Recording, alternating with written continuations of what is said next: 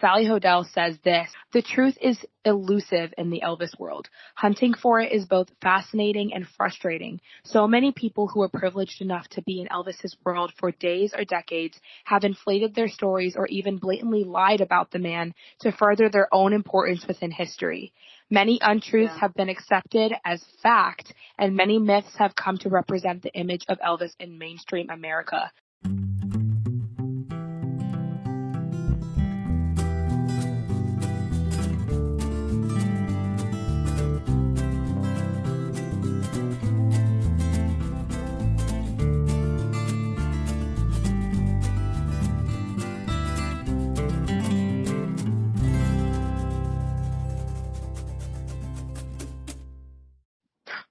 My heart's going pit-a-pat, pit-a-pat. Okay? Why did you do a British accent? Because that's how they do it. Alright. Oh my goodness! Hi. Hey, oops. Please. What? Did you hear that? My phone vibrated. So, anyways, yeah! I can't believe it. After all this time. After all this time. Anyways, I'm so excited. Hi, Maggie. Hi, Mary. We never talk anymore. Girl, imagine. I feel like nobody thinks this. Nobody thinks about us, actually. Like, we think they do, but they don't. But people do ask you sometimes if we're still friends, just because we haven't recorded a podcast. We stopped doing live. Well, not for any particular reason. We just fell off the rails. We literally, me and Maggie FaceTime every single day. We just don't do lives. Yeah, we're besties. I think it's because of school and also the fact that thinking of a topic every time and, like, staying committed to one topic and also not, like, being unfiltered and stuff, it's obviously quite, like, hard for us. Some people aren't into it, which is fine, but, like, I think this is our comeback special and I'm excited. Yeah, I mean, we can't say that we're going to have a schedule or anything about uploading, but we'll come at you guys hopefully more frequently than once a year, because that's literally, I mean, happy 2022. I mean, it's a good start to the year. True. Hope you guys had a good holiday season. I'm excited. I don't even know what to say. Well, Elvis's birthday just happened. It happened a while ago. We're recording this on, what's today, the 28th or the 27th? Something like that? It's the 29th where I am, because it's like 3 a.m., but I guess it's period. Like the 28th. Yeah, the 28th, 29th. But Maggie, did you celebrate Elvis's birthday in any special way? I think I did. I definitely watched some documentary about him it's one of my favorites. I can't remember what it's called though. I think it's called The King Returns or something like that. Probably not that. I know what you mean. Is that the one that we used to talk about, and they talk about the Colonel in the beginning? Yeah, I think we mentioned it in one of the podcasts. Don't we talk about documentaries in one of these? I don't know. I have no idea. It's been so long. We could do that. We could if we haven't, but I think we have. Okay, period. But that's a good one. I forgot about that one. Also, it's free on YouTube, so if you guys want to watch it. Yeah. A lot of really good ones are free on YouTube and people don't know about them or, like, don't watch them. I mean, some of them are really long, like the Mafia one, I swear, is like 4 hours, but you can watch it in, like, parts if you wanted to, like a series or something. Whatever happened to that Netflix series they were going to do? Girl, what's it called? King Uncovered? Girl, it's not that. Agent King? Agent King, I don't know why I said that. King Undercover. King Uncovered, what does that mean? That's a porn, like, that's not great. Girl, literally. No, but I swear Priscilla said something about it, like, a few months ago. Like, she brought it back up. And yeah, I remember is overhyping it. It's like, God, it was supposed to come out in, like, 2018. Literally. And I remember Alexa, Elvis Energy on Instagram. She has No, I remember her saying, she posted, like, Priscilla's post or whatever on her story about that. And she was saying how, like, she's not, like, unpopular opinion, but she is not looking forward to it, or I don't want to, really? this isn't it's not a direct quote, but basically what she was saying was like, some people had different opinions. A lot of people said this, so it's just not her specifically, but a lot of people exactly. Yeah, no, it's just where I saw it first. Yeah. But yeah, she was saying she wasn't looking forward to it because she thinks that this is going to push Elvis. I mean, it's a cartoon. Like, it's going to push Elvis's image that we're trying to kind of like strip away from. And that's just pushing it out there even more to like a new generation. Not that everybody's going to be watching this, but she made a good point. This is actually such an interesting topic to me because I don't disagree, but I also disagree in that I think Elvis himself would have loved this. He loved being a superhero. He would have loved to be in a cartoon like about him. Whether it was like true to his life or not doesn't matter. Like, girl, he would have loved it. Like, yeah, happen. Like, ever since he was a kid, he was into that sort of thing. But yeah, that's a good point. The execution absolutely matters, and like, if it comes out in our lifetime, I can't wait to like see it, and maybe we could review it or something. I think that would be fun. Yeah, we should do that. I definitely think it's gonna be. Actually, I have no idea because isn't it supposed to be like a detective moment? Like what? Yeah. Don't know. I think he's meant to be a detective or a secret agent or something. I really don't know, and I can't say whether I think it's going to be good or bad because you never know. I don't think they even dropped a trailer. The only thing they dropped was a picture of like it was like a concept art. I don't even think that was the art style they're going to actually do. I'm really scared that my mic is hitting this wire. I don't know if it is, but if it is, I'm terribly sorry. We're trying to get back into this as best as we can. So if the sound quality isn't it, I'm sorry. Yeah, it will improve with time. Once again, we're just learning it again and again, relearning it every time we do it. True. Other upcoming Elvis stuff, there's that Tom Hanks thing coming up soon. I was just about to bring that up to you because they did drop the trailer for that. Oh, I haven't seen it. You haven't? It's actually, I mean, it's supposed to come out in June of this year, so it's soon. That's soon. Yeah, they're dropping it in June of 2022. And honestly, the trailer doesn't allude to much, but it gave me chills. It gave me chills. Just the way that they like use Elvis's music in it, and then also just like they tell the story, honestly. It looks really interesting. I've been anticipating it, and I know a lot of people have as well, but I don't even want to like guess at what it's going to be about or guess at like how it's going to do, because I just want to go see it with like a clear mind and just like, enjoy it. I'm not going to try and critique it before it comes out. Like, I haven't even seen the trailer, so you know, I know a lot of people have different opinions on like they shouldn't even do it or like they should do it, but they're gonna have to do it like this for it to be good. And I think we all have our opinions on like what they should do and what we would want to see, but like I'm just ready to delve in. I would love to see it on a big screen after COVID as well. Yes, like I'm very excited. True, and it's really cool that Elvis is even being thought of still, and we know that he is, but it's cool that a big person like Baz Luhrmann is making a movie about Elvis. And also, I think, like, at the end of the day, if you follow Baz Luhrmann on Instagram or keep up with his kind of journey in making this film, you can see that he's an Elvis fan, and he's not going to, like, do Elvis dirty by making this movie. Yeah, exactly. And so is Tom Hanks. I mean, in plenty of Tom Hanks movies, he's singing Elvis, he's talking about Elvis. I mean, not even just Forrest Gump. In like, Castaway as well, there's an Elvis song at the end. In, like, a lot of his movies, I'm not going to list them, but, like, Tom Hanks has been surrounding the Elvis world for a long time anyway. Right. So I think people who like him like that won't do him dirty. And also, Tom Hanks did an interview a while ago, I remember seeing, and he says, like, it's going to be good. Like, like, I want to believe him.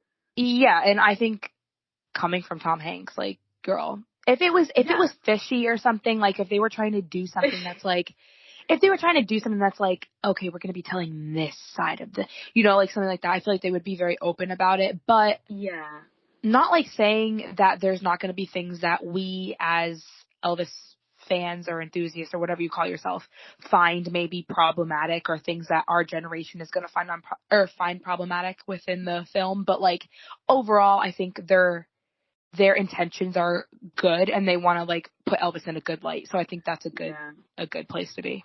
I'm super excited because, I mean, if we think back to, like, the earliest Elvis film, which was obviously, like, Elvis on tour and things like that. Yeah. That, like, showed him, period, like, just doing his thing. Even, like, the comeback special, I would consider, like, a documentary in its own right about Elvis. Like, if you really want to, you can see his character in it if you really want to, you know what I mean? Like, you can find things in there of dialogue and, like, his sense of humor, his, like, sense of humility is such a big deal to me, especially because so many big celebrities, I mean, there's no one bigger than Elvis, there hasn't been, and there probably won't be, but, like, so many big celebrities obviously forget that and take themselves way too seriously. It's like, who do you think you are right now? Like, but Elvis, like, knew his roots. Like, not to preach this every fucking episode. Sorry, I swore. But, That's okay. Girl, please. I think it's cool that, like, the progression of Elvis in film has, like, come back again. Yeah. Yeah. Like, and if you think about it, there have been a lot of Elvis biopics made over the years. Oh my God. And there are some good ones. There are, like, I'm going to say it. There are some bad ones. Like, there are some really bad ones. But if you think about, like, I actually haven't seen it, but the Kurt Russell one I've heard is really good. Oh, I've seen clips of it, definitely. I think I watched it so long ago, but you know when your dad makes you watch stuff when you're a kid and you're like, whatever, like... Yeah, you know? Yeah, for real. I've definitely seen clips of it since, and I've heard great things about it. This is Elvis? Is that what it's called? No. Yeah, this is, well, no. Yeah, it's different than the Kurt Russell one, but This Is Elvis is really good. I think it's also... I think it's a little bit of a quirkier one. It definitely is, but it's cool because it's made so close to his time of death. I think it was 81 or 82. So there's just a lot of, like, Graceland and Memphis history, and then, like... it's a cool one. I think a lot of them, when you watch a lot of them are the same. I think it gets boring. So stuff like that is quite refreshing to see, like, oh, it's different takes. Yes. Like, what was the one about his gospel side? The Searcher. Oh, I literally have that one, yeah. Yeah, a lot of people found that to be so different because it had his gospel roots. And one I really like, which, oh my God, I can't remember the name of, but I think it's the one I was just talking about anyway. They have, like, clips of him speaking, which a lot of them lack, I think, of, like, Elvis's actual POV. Like, obviously do a lot of interviews with people he knew, or, like, people who worked with him or whatever. But I think, like, adding clips of just him talking is so nice because, like, Elvis it's on nice tour. to hear him talk. No, exactly. It's just nice to hear him talk, but it's also, like, an insight. I don't know. It's so rare to get that. Like, it's rare for people will be quick to rely on everybody else's, like, opinions or quotes or, like, sources from books or whatever. But it's like, as much as we're trying to figure out about Elvis, like, his human side and what he thought about everything, it is kind of rare for people to even post an excerpt with, like, one of Elvis's quotes and not a quote from, like, a book or something. Yeah. I mean, I remember being shocked when I first watched this documentary because it's Elvis speaking, and I'd never heard it before when I first watched it, obviously. And it was him saying, oh, the movies, like, he's talking about how much he hated doing the movies, which obviously we know anyway from, like, word of mouth and rumors, but from his mouth, like, being recorded saying that, I feel like he was so private about that side, and, like, publicly he was like, no, I love it, like, you know what I mean? Yes, At least to a degree, like, obviously he wasn't out here, like, dissing his movie career publicly, but to me that it's like, oh, maybe he was, you know what I mean? Definitely. And I've even heard, like, interviews of him saying, like, you know, like, in the mid-60s when the movies were really bad, when he was just like, oh, like, it's just, like, it takes a lot of work to be a good actor. Like, it takes a lot of training, which I don't have. So it's sad to hear him, like, almost put himself down, or, like, he has to find an excuse to be like, this is why things are like they are, because he can't say the truth about why things are like they are. He just has to make up, like, and then he puts himself down. So hearing those quotes, and I also think it's very interesting and very sad because, girl, can I speak? Because those parts of Elvis on tour, that he was talking, like, it made me physically ill because I didn't want to get up every day and do that crap. It didn't even make it into the film. They cut it. Like, they didn't even use it. That's the clip I'm talking about, is that literal clip of him saying, it made me physically ill. I was literally throwing up and I just didn't know what to do. Like, when I first heard that, obviously in the documentary, not even in the cut scene, I was like, bruh, like, why were they hiding this? Like, obviously, Yeah. I know why they were hiding it, but it's just really interesting. Like, nowadays, if you watch a biopic of, like, a modern celebrity, it's all about, oh, fame is a prison, like, woe is me. I'm Yes. so, like, but Yeah. Elvis is so, like, insistent on being like, no, it's for the fans. They must not see any, like, issues, no flaws, like, in the sense that, like, Absolutely. I want to appear as though it's, like, I want to do this forever, like, it's my passion, which, of course, it is his passion, but at the end of the day, Right. it's clear he lost his spark, especially for acting, like, over time. Like, he literally lost his almost naivete that you want if you want to be, like, a Hollywood. I mean, at the start, if you look at, like, King Creole, you can see his, like, spark is, like, I love Right. acting, I Yeah. really want to learn. He wants to be James Dean, he wants to be Marlon Brando and things like that. Right. And Right. then when you go to interviews and him spoiling Blue Hawaii before it comes out, or, like, just not caring about the plot at all, Yeah. understandably, because if you wanted to be a serious actor, you wouldn't. So it's like, you Right. lose that sort of, like, innocence and, like, that excitement around it, because it just becomes a job rather than I mean, he wanted to be an actor first and foremost, anyways. But, like, imagine Literally. the dwindling. Is that the right word? I don't know. Just the harshness of, like, seeing the reality that, like, he would never be, like, what he wanted to be. Yeah. It is kind of like a prison, honestly, because I don't know, like, I don't know. It's, what was I even going to say? Have a think. Girl, Have a think right now. I, yeah, I think you can kind of see, like, him shutting down for sure. Like, Yeah. it's just, even in the films, like, people will say, like, oh, but, like, even though the plots are really horrible and really cheesy, like, he still did a really good job. And, like, I love Elvis, and I'll be the first to say, like, yes, he did the best he could under the circumstances he was Right. in. But, girl, like, they were not good, and he was not No. good. And we know that he could have been better because we see Yeah. things like King Creole. We see things, even Love Me Tender, Potential. Potential. so much potential. And I love talking about this because in Love Me Tender, his first film, it's not one of I my have. favorites. It is good. It is, but it's not one of my favorites, and Yeah, it's it's not not one of personal his. taste. Right. You're right. It's not one of his best either because it's his first thing. It's his Right. like introduction into the Hollywood scene. But when you think about the scenes with him like screaming at Kathy and like the scenes of him like Yeah. fighting with Really his brother, suffer. yes, I'm like, okay, so maybe this isn't perfect, but it shows how far he could go if he had training and if he had time and if he had like attention Good given to script, him. good Yes. directors, good Yes. co-actors and actresses, great encouragement. You Yeah. can see it, like, he's giving Marlon, he's giving James Dean, he's channeling them, obviously his idols. Definitely. Definitely. Like, and you can watch very early um footage of other actors who, like, blossomed as time went on, and you got to see them blossom and change their style of Yes. acting. Like, you look at Yes. really early stuff of, say, I don't even have an example right now, but another famous actor, I don't even know. Yeah. You can see how, like, different genres, different direction, different plots, they are going to put more effort. Like Leonardo DiCaprio, he's always been a good actor, right? But if Hmm. you watch some of his more juvenile things, you're like, oh, he's really improved since that. You know what I Yes. mean? Yeah. He's just a random example. I don't know. You say that to Right. anyone.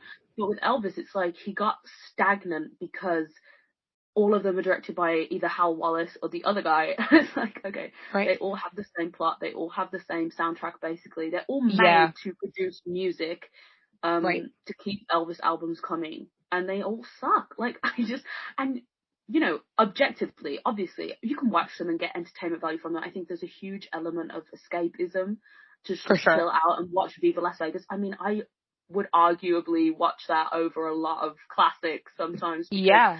I there's agree. enjoyment to be had. And I'm not saying, oh my god, they're awful, like the acting. Girl, you know what I mean? For a No. 60s rom-com or whatever, like, Exactly. So many of them fit that classic 60s yeah. groovy baby Yeah, I moment. honestly think they're enjoyable on a basis level, but objectively, they're not great. And I think Elvis could have objectively been great if they really wanted to make that happen. Definitely. And he would have been the first to agree. And there are many accounts of him saying, like, Oh, don't watch my literally. movies. They suck. I don't want to see them. They suck. Don't Yeah, put you them never on. went Don't to talk see to me them. about them. Exactly. Because he knew.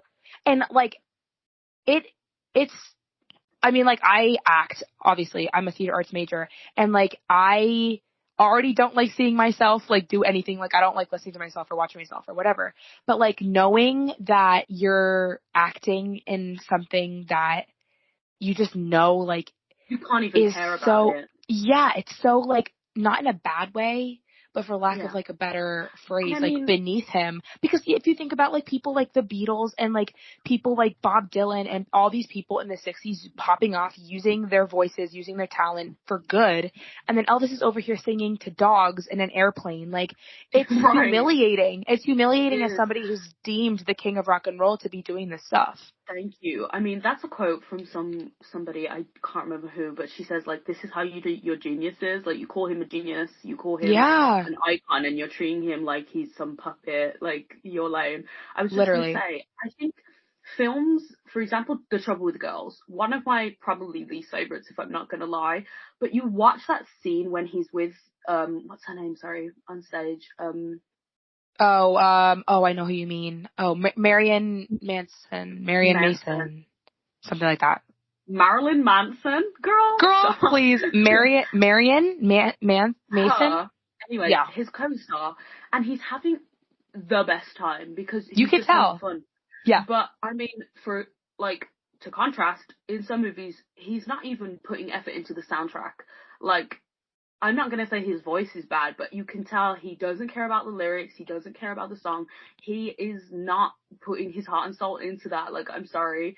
Yeah, Elvis literally. is always gonna sound good. Oh, that's Elvis. Like, he doesn't sound bad, but he's not putting his heart Hmm. and soul. It doesn't sound good. Queen. Like, some Yeah. of the songs on the soundtrack are hard to listen to for a Oh, lot for of sure. the movies for me because it's like, girl, this is bad. Like, For sure. I mean, Yeah. the worst being Old MacDonald Had a Farm for So bad. me.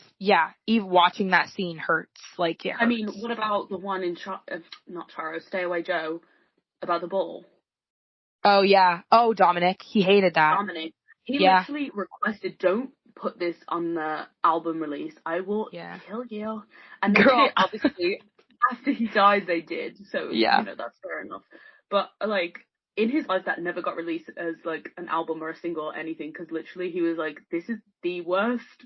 And it made me laugh so bad. I think like knowing Elvis, and knowing that he was someone who was so driven by passion and by trying to make other people happy and entertain other people with his work and keep them focused on his work.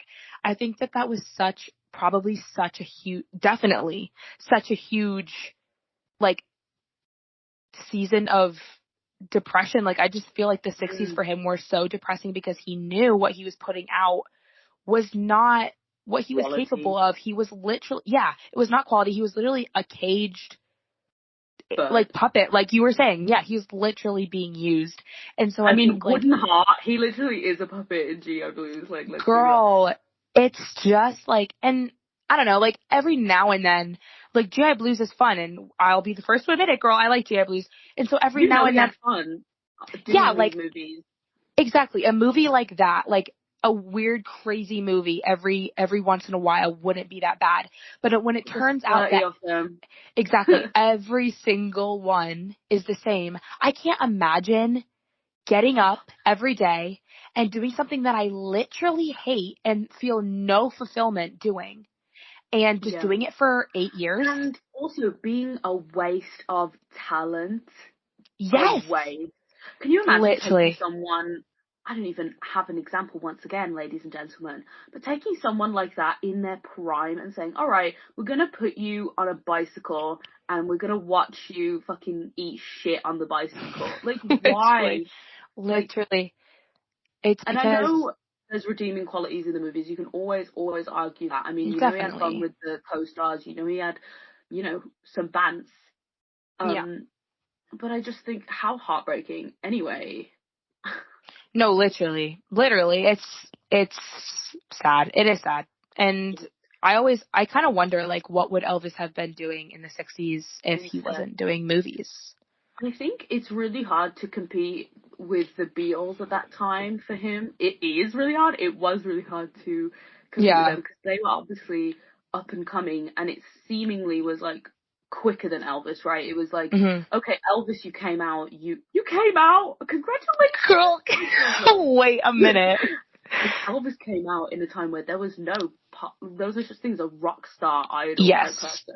Right. He came out and did that. And then the Beatles, obviously, I mean, people obviously know this, but like, they started because of Elvis, obviously. Right. But when they came on the scene, there was room then for more people to be the next Elvis type people, you know what I mean?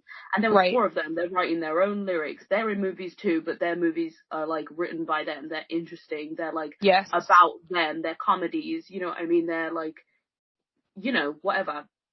You could argue. I mean, some people hate the Beatles, but that's neither here nor there. Yeah. But like, you have to, yeah, I mean, it's cheesy, but everything, to each a season, or to everybody, there's a season for everything. Like, it wasn't Elvis's season at that point. But when it was his season in 68 and 69, when he came back with such force, he literally came right back on top. Like, he was caged away, and he came right back. You can consider Elvis to be a 50s star. Obviously, that's the most, like, typical Elvis time frame of, like, you picture him in the 50s. I mean, maybe not Elvis fans, but, like, a random person on the street, you say Elvis and they're like, oh yeah, either that fat caricature guy who died on the toilet, or you picture a 50s, like, leg twisting bad bitch. Like, it's one of the two. So you only get the very extreme versions of, like, Elvis mania, or, like, Elvis about to die. Right. And you miss all that, like, selling out every single show ever, you know? Yeah. Like, no Elvis movie ever lost money. They might have been trash, but they never lost money. They never bombed, if that makes sense. Right. Yeah, and kind of going off of that, I would love to see that in a documentary. Like, I would love to see those the 70s years, or like the years of, like, Vegas when he came back in such power, and like, I would love to see that kind of stuff without it being more that's the way it is, Elvis on tour region stuff. Yeah, I feel like they always either end. Honestly, I don't think I've ever seen a biopic that's gone to Aloha. Have you? No. Yeah, so honestly, like they end at 68, and I'm like, okay, I was gonna say, I understand, like, because that's like his resurgence, like his comeback, like, obviously. So it's kind of after that, it's like self-explanatory. He did tours for years. I think Aloha is such a timestamp that everyone misses out. I think as soon as, I mean, in the eyes of, like, documentary makers, obviously you want that love story, you want that Priscilla moment, the divorce, and then it seems to just be like, he divorced and then he got depressed, fell apart, the divorce. It's like, there were so many years in the middle of, like, I've never seen anyone depict Linda Thompson. I've never seen an actress playing Ginger. I've never seen that personally. At least done well, or like done well. 2 seconds, you know what I mean? Yeah, there's this really awful, like an Elvis and me moment, but it's Elvis and Linda, and it's bad. It is so bad. It is terrible. It's actually, I had to turn it off. Like, I couldn't even finish it. It was. I think the only girls they seem to cast are Priscilla and, like, Anne Margaret usually. I've seen a lot of Anne Margaret depictions because she was like, she broke them up, you know what I mean? Yeah, like, and I think that's the angle that she ended it. Definitely, I think that's like an EPE, or like almost like maybe even a Priscilla barrier, because she is very open. Yeah, she's very open about how Anne Margaret fits into her story, and after Priscilla's out of girl, literally, but like after Priscilla's out of the picture, like you said, it's like, oh, Elvis was sad and like nothing else really mattered, and he died a few years later. So like it kind of, you're not allowed to, like, there's nobody after. It's weird. I've never seen anyone play June. I've never seen anyone play. Oh gosh, like, that'd be everything. Early love interest. Can I just say, Twilight of Memory is my absolute favorite Elvis book. I've probably read it 3 times. So good. Like, so good. If you're looking for like an Elvis book written by one of the women, that's the best one. I have to commend her as well, because you read it and you can just tell it's so sincere. Like, there's no bullshit in there. It's not like, it's not too extravagant where you're like, this can't be true. And it doesn't romanticize it either. It's like, no, we fought, we did this, he was cheating on me. But it's still a beautiful, like, love story, and, like, shows that she loved Elvis and Elvis loved her, you know what I mean? And I love her for that. Definitely. She definitely, like, she talks about, I mean, everybody talks about Elvis's issues, which that's fine because his issues definitely impacted your life, and that's your story. Part of the relationship. Right, but the way that June talks about it, she talks about it in a way where it's like, she puts it into perspective because Elvis's life was changing so fast, so rapidly, and he was like, fame was like a thing now, and he was like figuring out himself. He was growing up at the same time. They were growing up together, and she puts that all into perspective, and not just like, well, Elvis started like seeing other women, all blah blah blah blah blah, but like she tied in like how Hollywood affected him. She really understands him, and it comes across so well. And I think, definitely, not to say, I think a lot of people sort of either do understand him but can't put it across very well. I just think her writing ability, or whoever co-wrote it with her, was like really good at getting it across, sort of thing. I agree. A lot of the time, some of the women's books are made out to be sort of a diary entry type thing where they're still living in that naivete of like, well, I was mad and like, this happened and I was pissed, which is nice because you get the POV, you know what I mean? But they also, I feel like June more understands that like, this is a retrospective. I'm retelling. I'm not in the moment now. I've had this experience a long time ago. I've had time to think about it and understand Elvis. And, you know, rather than like, I'm still bitter about this happening sort of thing. It's absolutely not fresh. But it reads as like it's happening then and there. It's so detailed, but not too detailed where it's like, okay, this can't be true. You know what I mean? It's not like my hand was on the blue cup. It's like some of the women just completely clearly make stuff up, and not just the women, the guys as well. Oh my God. Yeah, and girl, literally, I feel bad sometimes like talking about like books and like saying that I don't like them because I'm like, well, what if people get mad? Right. But honestly, everybody's allowed to have their opinions, so I'm just going to state mine. Okay? Go for it. I'm nothing against, like, the women or, like, whatever. There's just, I didn't particularly care for the book and, like, how it was written.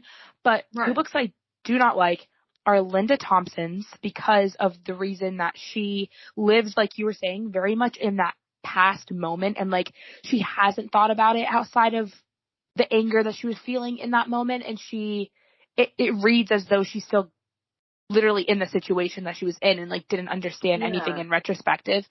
And so that's one book that I did not like at all. And then the other book that you were saying, how people write it so like a romance novel, like everything is like a story. I looked into like his blue eyes. Like fiction. Yeah, it's literally, it's like a romance novel. Joyce Bova's book. Me on Wattpad.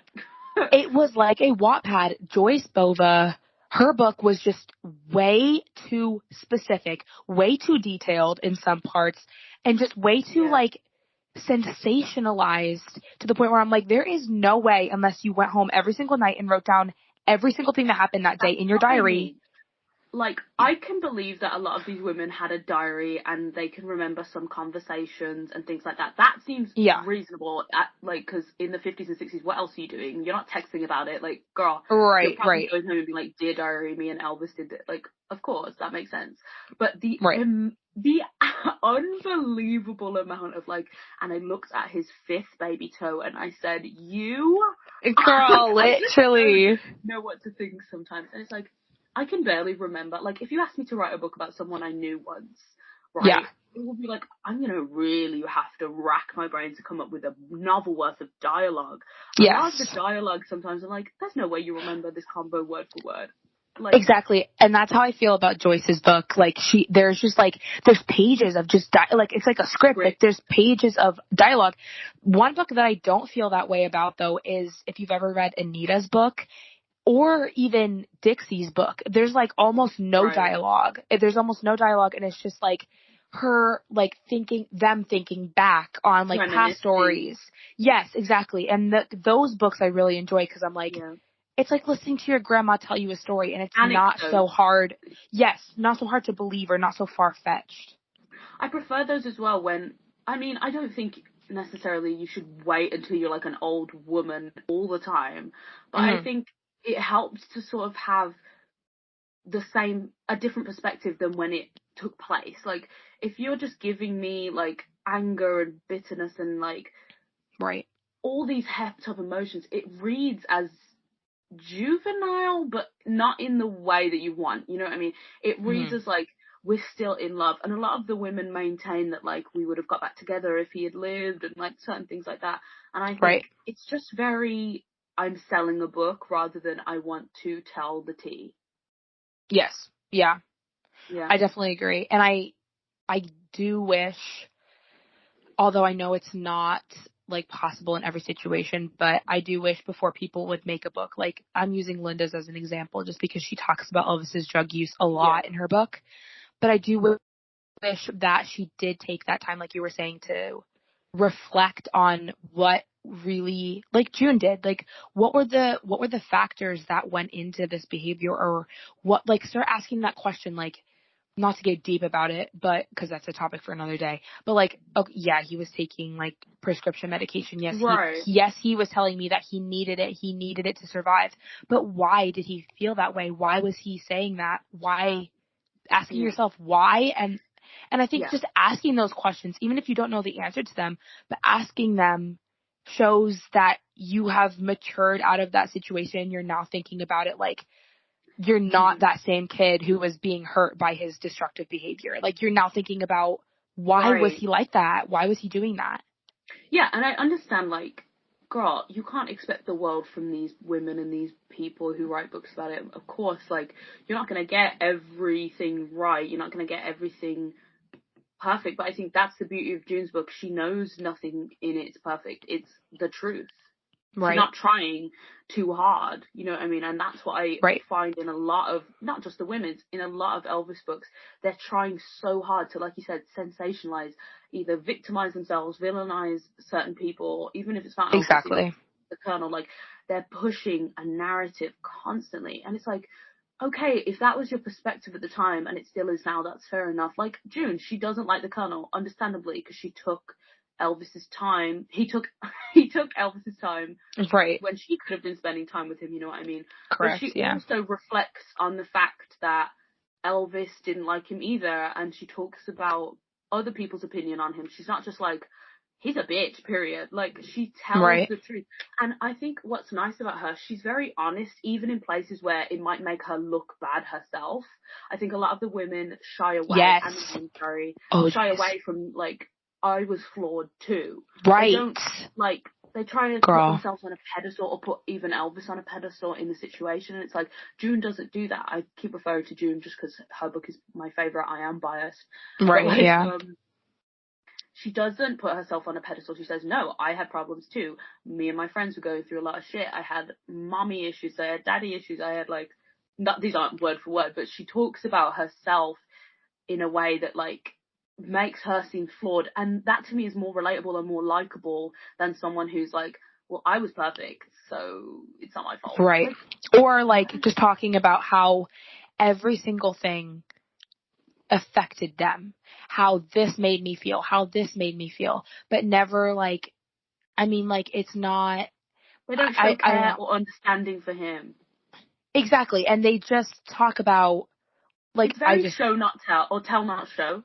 Show not tell. There's a rule of thumb where you show your care for Elvis, but a lot of people just say, I loved him, but this I hated about him, this I don't like, this was annoying, this made me angry. It's like, but you never show through actions, obviously through the book, you never describe an instance where this was a loving relationship, this was, like, I cared, I understood. Correct. I did it. Even some of his friends, not just the women, I don't mean to call them out specifically, but I do enjoy the women's books. I tend to enjoy the women's books better sometimes, so I just refer to them probably more so.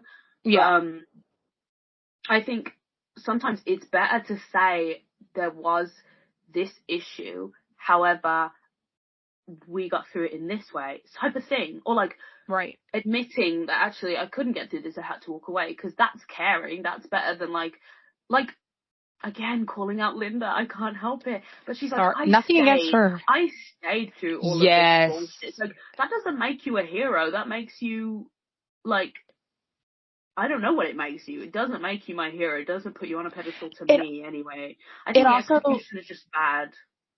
Yeah, and I also don't believe that by them saying I stayed even though and I was by his side and blah blah blah. I don't think that means you loved him.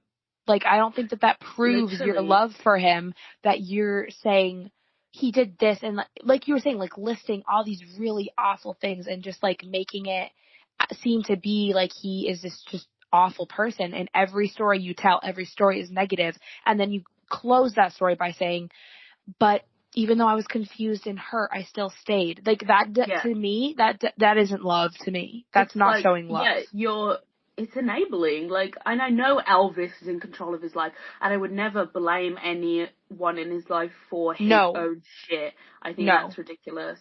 And I would never, but I also would never say, oh, this person could have saved him. This person could have done this. It's no one's responsibility. So cut the women some slack, I do think, but also don't expect a lot from the books you read, to be honest.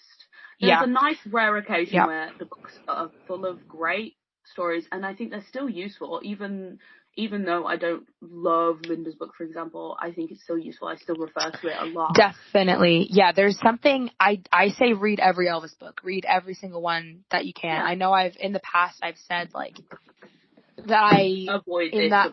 Yeah. Avoid it. Yeah, maybe definitely there are books that you do not believe. There are books that are trash. There are books that belong in the dump. Like I will tell you right now, I can name you 5 books off the top of my head that belong literally in the landfill. But I would tell you to read them anyways, because there's something to be learned about. Not only about Elvis, maybe it's not about Elvis, but maybe it's about it's about the person writing it, and about credibility, and about who to believe and who to not believe, and personalities. What's their motive? What's their biases? Exactly. Yeah. So important. Yeah, read everything that you can, especially if you're somebody who just wants to learn. Like, read everything. I don't think any source is like completely useless. Again, like, even if you think this is uncredible, like this sounds crazy, like obviously use your judgment in places where you can, but I would just say, sink your teeth into it, enjoy it, get what you can, and like if you don't know what to believe, then just don't go around spreading it as if it's true. Right. I think that's a huge big deal. Not to like, again, this is getting real right now, but I just have to say, it was a big problem for me, specifically within the community. I had to like sort of back away from a lot of certain people or groups in the community that spread certain pieces of information as if they were gospel. And I just think, can we just not suspend our belief for 5 minutes and actually analyze this right now? There is no way you believe that this is wholeheartedly true. For some of it, it's so outlandish, such rumors, such like bollocks. Sorry. No, literally. And I'm like, people spread this like it's true. And if you do believe something is true, that's perfectly fine. But to use it as if it's a fact rather than saying, disclaimer, this is from this person, or even sometimes not to credit your source and to hide it away from other people, I think is just, like as a researcher, why are you gatekeeping information, but then also giving people, oh, this is true, but I won't tell you who it's from. So like, how do I know it's true then? If it's like, where did you get it from? A weird website? Like, I think a lot of the time it's like, like, no, literally. Don't believe everything you read. Do your own research a lot of the time, because it scares me. It scares me. No, literally. And I do want to share a quote really quick. I just pulled it up, but it's from the book Destined to Die Young, which I stand by very, very strongly. What's your fave? It is my fave. And Sally Hodel says this, it ties so closely to what Maggie's saying. She says, "The truth is elusive in the Elvis world. Hunting for it is both fascinating and frustrating. So many people who are privileged enough to be in Elvis's world for days or decades have inflated their stories or even blatantly lied about the man to further their own importance within history.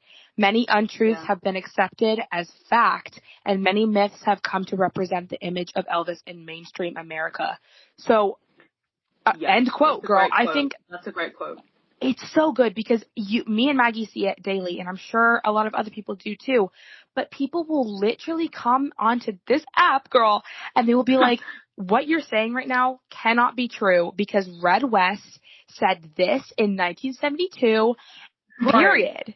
And I'm like, you It's cannot go by the literal opinion is not fact, opinion by one man or two men or whoever from the mafia that you love, and say and discredit something, logic, reason, research based off of that. I also think that you cannot base one piece of, first of all, out of context quote on discounting other people's views on Elvis every time. Like, girl, certain quotes you can apply to certain situations if it makes sense to in that context. Like, if I said to you right now, Elvis didn't dye his hair. It's like, girl, we all know he did. That is a fact. Like, that is just tea. Elvis dyed his hair, right? Right. We know that. That is, like, period. Certain dates, like, we know when he met this person. We know when he did this and that. That's, like, undisputed anyways. But then some things, it's like, oh, so if I said right now, Elvis didn't like to eat fish. It's like, okay. Right. How do you know? First of all, how do you know? Irrelevant. How do you know? Right. Yeah. It's like, and girl, this is just a random example. I don't even know what Elvis likes to eat. Fish. I don't know. Yeah. Like, Elvis's favorite color. That's such a big, people make such a big deal about Elvis's favorite color sometimes. I've seen it on my 6 years on this app. I have seen it. Some people like, it was pink because he told June Juanico it was pink. It's like, some people like, it was black because Linda Thompson wore purple to his funeral, so I know it's purple. It's like, girl, Elvis was out here saying random shit all the time. Like, you can't, and it's not just the color thing, it's a lot of other things as well. You can't use one quote from one person to define Elvis's entire, belief system. Yes. Because it's just, it was ever changing, ever evolving. You're telling me what Elvis said in 1978 is also true for him in 1956. Like, you cannot apply out of context shit that someone else is saying. He said this to me, so this has to be true. There's so much contradiction in what Elvis himself was saying. In interviews, he always says stuff that we know isn't true. Right, like, yeah. Right. To protect himself, for whatever reason, he wasn't always transparent, if you will. Right. And I think it makes perfect sense not to be. Like, that's absolutely fine thing to do. I think that's justified in the world he was living in of, like, media people. That makes sense to me. But, like, you cannot take something Elvis said as gospel or someone else said he said as gospel. Because, girl, everyone, if you said to me, Mary, last week you told me you didn't like Harem Scarum. So forever, I'm going to say you don't like it. That's your least favorite thing. It's like, what about next week when she does like it? Right. Exactly. Like, yeah. You're basing it on something you heard once a million years ago from someone who knew him for 5 minutes. Right. Exactly. And I think another example is a little bit of a deeper example, and we don't have to get that much into it. But I'm just going to take a sip of my drink. If you can hear it, I'm really sorry, but I'm thirsty. Yummy. Wait, what are we drinking? Water? No. Coca-Cola. I would never drink water. I know. I immediately retracted that. I was like, Maggie does not drink water. That's so funny. Okay. Sorry. Anyways, no, but, the drug situation, and we don't have to get that deep into it, but people will literally say, like, Elvis took drugs because of XYZ. This is why Elvis took drugs. And I know that this is why Elvis took drugs because Red West, who spent years with him, knew like him this well, and he said that Elvis went through this and took drugs because of this and whatever. But the thing is that you cannot believe what anybody said about Elvis and drugs and why he took drugs or blah, blah, blah, blah, blah. Because there is no way that they could have known why Elvis was taking drugs because Elvis didn't even know why he so badly depended on drugs. So you cannot come out here and tell me that whoever, I don't care, whoever they're said... an expert on Elvis's sleep schedule. Like, who cares? Listen, well, they were with Elvis 24/7, so they would have known. Girl, Elvis didn't even know. So you cannot tell me... You cannot tell me that some member of the mafia said this, and therefore that is why Elvis Presley took drugs. That is not... Another example, more lighthearted. Some people argue, like, who was Elvis's favorite girlfriend? And it's like, well, it was this person because Vernon liked them the most. It was this because Gladys said... It's like, girl, how dare you, first of all, talk about his addictions like it's a game. Talk about his girlfriends like you're comparing them. Like, Yeah. you are wilding out right now. Like, it's crazy.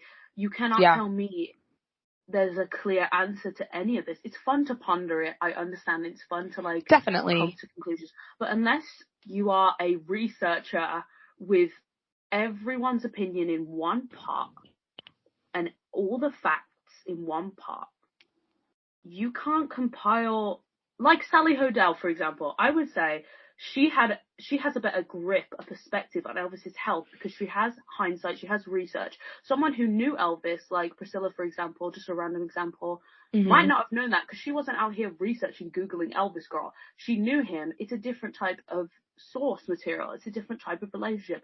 Yeah, Sally Hodel's never going to have that perspective of, like, I knew Elvis, so I knew this happened. He said this to me. Obviously not. Right. But someone like but there are things is never going to have the perspective, or Red West is never going to have the same perspective as Sally, because he's not out here Googling it, making it his life's work, publishing a book with facts, evidence, receipts, you know, genealogy, fucking science. Like, right. Yeah, and that was, like, my point too, is that, like, there are things, even though, like, I understand that you spent 24/7 whatever with Elvis and that you were there with him all the time and you slept when he slept and you were awake when he was awake. But, like, there are so many things that you couldn't have known even though you spent all that time with him. There are things in 1971 or whenever that you didn't know that we now know in 2022. Just like they didn't understand back in the day that smoking was bad for you until whenever. Like, it's the same thing. Yeah. Things evolve, and definitely health stuff evolves. And also, kind of off of what you were just saying, I also hate it when people talk for Elvis and they're like, this is how Elvis felt about this topic. Or and how he would feel about this topic. When it's a modern day topic and people debate what Elvis would have thought, why?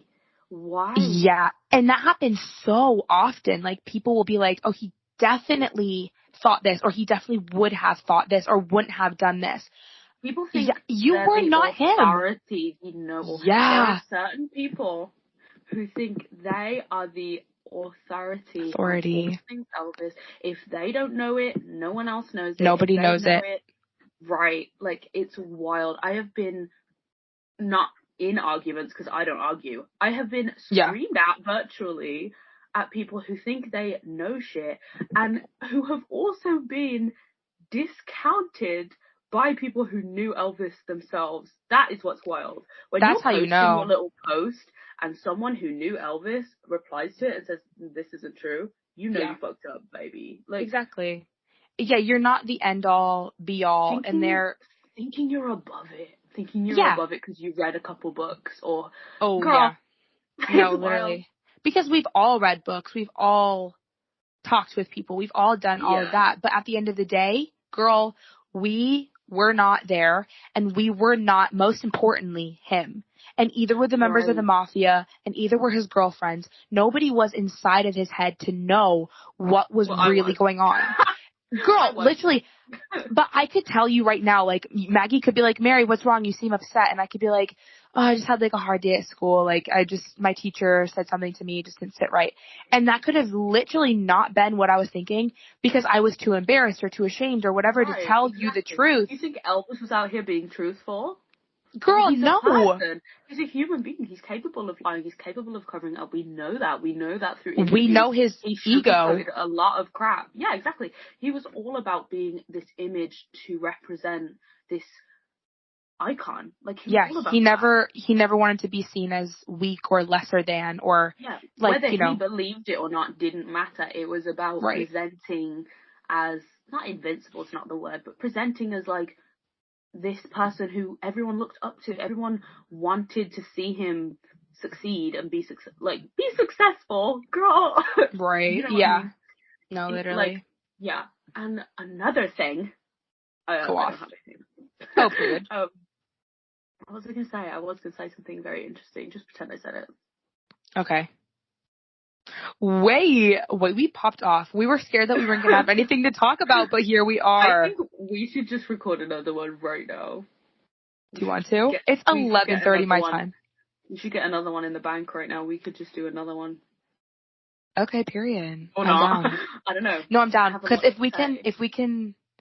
if we could pre-film, I would love to, like, for you guys get out maybe an episode a month. I think that would be Cool. I mean, that'd be great. literally when we're in the mood, we could do 2 right now. That's 1 for January, 1 for February, and then we could just keep doing it like that and not worry. Us talking openly about our schedule, we're so grateful. Guys, I feel like at the beginning of this, we were all like, we were very much like, let's cut this out, this timestamp, and then like, we have to have this professionalness. And I honestly, I love it being like, I love it being like our old lives. Like, we're just having a conversation. Unscripted convo. It's just like the lives. And yeah, It might be a bit more like we're actually talking about stuff rather than our lives were a bit of banter. But I think we can still do both. I think the next one, I have some stuff to say. And it's not it's not deep. I feel like a lot of the time we don't try and get deep, but it ends up going deep anyways, because that's just the nature of when you're involved in a topic, you do end up going deep. But I hope this has been enjoyable and lighthearted in places and you could relate. I think a lot of the time we do repeat ourselves, but I think that's okay. And I think and the more we do it consistently, the more we'll be talking about varied things rather than like every episode seeming the same. Maybe to me, not every episode seeming the same, but like we sort of get into the same flow of things, so it ends up sounding similar, but I think that's kind of what it's about. Yeah, true. And honestly, you guys haven't heard a podcast from us in, I think, like a little under a year or a little over a year. I'm not really sure. It's been a while. And so I feel like this stuff, like, we haven't just said any of this stuff. So I think we're just coming into practice again with it. Yeah. Yeah, so I feel like even though we might have said it before, we haven't said it for like a year, so it's still fresh and new. I still really want to do, I mean, not tonight, but I think we could really get away with doing something like we watch Viva Las Vegas and we just do a commentary. You can't hear Viva Las Vegas, but if you at home press play of Viva Las Vegas at the same time as us, I think that would be hilarious because it would be like we're all watching it together. I think we could still do something, not specifically Viva Las Vegas, but I think that would be a really funny one to do. Like a commentary. Because obviously if we played the movie, we would get copywritten. Right. And we don't just want to do that. But it would just be like a chill podcast. We could get into little conversations, but we could dip in and out of the film. And if you guys we say, press play on it now, and we just start watching, I think that'd be fun to do and try that. And if it's unsuccessful, it's unsuccessful, but I also think it'd be really funny.